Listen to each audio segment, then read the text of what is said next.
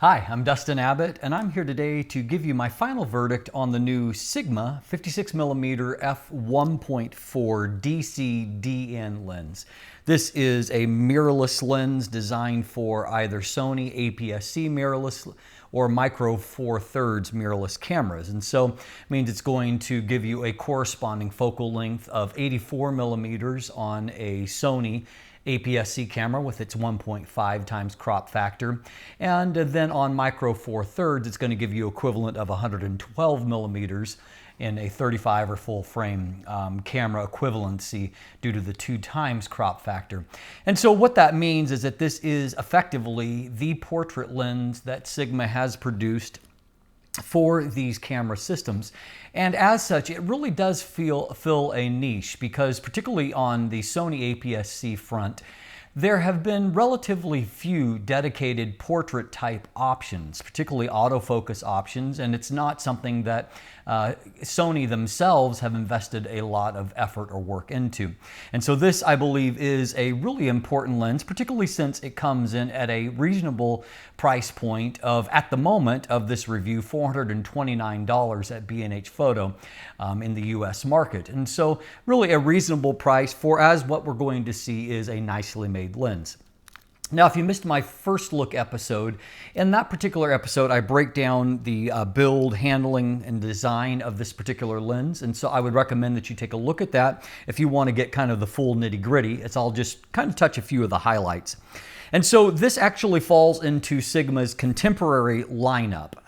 However, it actually more closely resembles the Art series, if you're familiar with those on DSLRs, in terms of the overall build and construction and design, save that it's kind of a miniaturized version. And so the first thing that I want to really kind of praise Sigma for is the restraint that they have shown here in producing a nicely compact lens that unfortunately they typically don't show when producing for DSLR full frame equivalent lenses, where they're almost universally the largest and heaviest in their respective classes.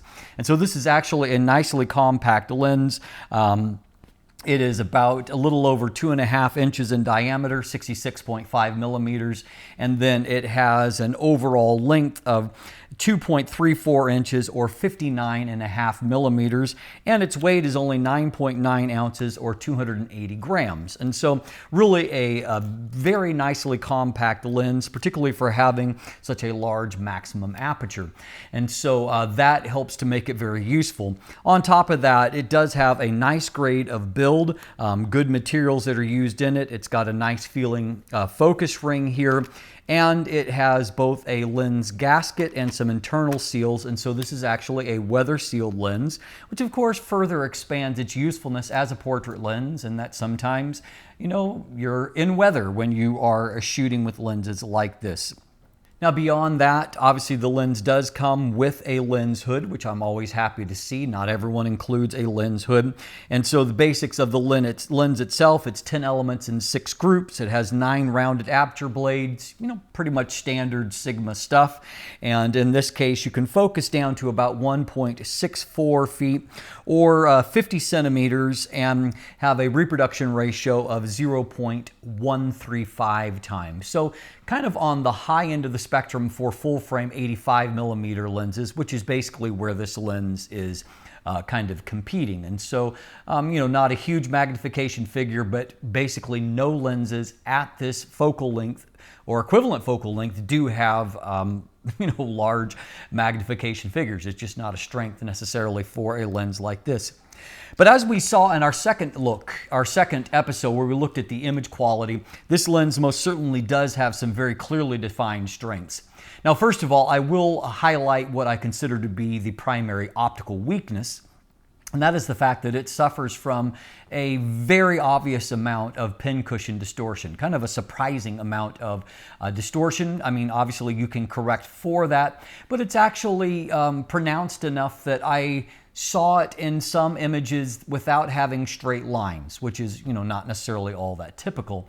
And so it is something to look out for there. Beyond that, however, though, it's a really, really well-corrected lens. I mean, well-corrected in the sense that it is extraordinarily sharp. I mean, it's very sharp across the frame at f1.4, and you stop it down even at f2, it is deadly sharp from there on. I mean, it is probably the sharpest APS-C mirrorless lens that I've looked at on Sony so far. I mean, it is just that sharp. It is super sharp. Excellent contrast. Chromatic aberrations are near perfectly controlled. Flare resistance is near perfect as well. It shows basically no aberrations really of any kind when it comes to that. The trade-off is that I do find that the bokeh rendering is a little bit busier than what I'd like. I mean, the problem with having a lens that has such great correction and has such strong contrast and resolution is that it's kind of hard to turn that off when you go to the defocused area. So the byproduct of that, like other lenses that I've seen that are similarly sharp and high contrast like this, is that you do have a little bit harsher bokeh rendering than what I would like to see. There are, of course, differing points of view. Some of you are all about sharpness, and if you're all about sharpness, Sigma's formula is probably perfect for you. They really emphasize resolution, sharpness, and controlling aberrations, and they do a great job at it. For those of you that are more concerned with the overall rendering of a lens, the look of an image to where you don't necessarily want every pore delineated, if you're shooting in a portrait lens and you would prefer a softer bokeh rendering, this lens is not going to make you as happy because it has a certain feature set and it kind of is balanced towards one side and not towards the other. Overall, however, I mean, I saw a lot more to like than to criticize here. It comes down to what your priority set is. Now, moving on to some things like video work and the autofocus performance. I had a chance to evaluate this both on the A6500, which I own, and the advantage of using it on the A6500 is that you do have obviously the in-body image stabilization, which is a nice addition to get a stabilized 56mm lens. But I also had a chance to test it while I was reviewing the A6400. And of course, the A6400 adds a more robust autofocus system. And it also has these new Sony features like real-time IAF and real-time tracking, which a lens like this really takes advantage of because it has a great autofocus system. The autofocus system is extremely fast. It is very quiet. As you can see in, for example, this face tracking sequence, which by the way is shot on the A6500, not the superior A6400 series, you'll see that not only does it do a good job of tracking my eye, but even though I'm using the onboard microphone, it actually is very, very quiet. You hear very little as you pick it up. Okay, we're going to test how well this lens tracks. Now this is on the A6500, so expect a little bit better performance on the A6400 with the new real-time face tracking. But let's take a look at how the lens reacts here. A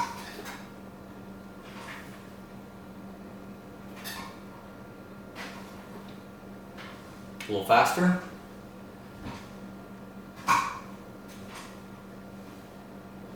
Side to side.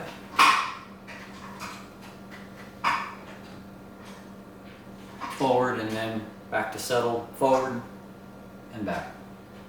Add on top of that, if I'm just trying to do focus pulls, and I actually did this on the A7R Mark III because it gives you a little bit better functionality for touch to focus than what the A6500 does. But you'll see that it is able to pull focus pulls very fast and very smoothly. And so you can see that it does a good job with that as well.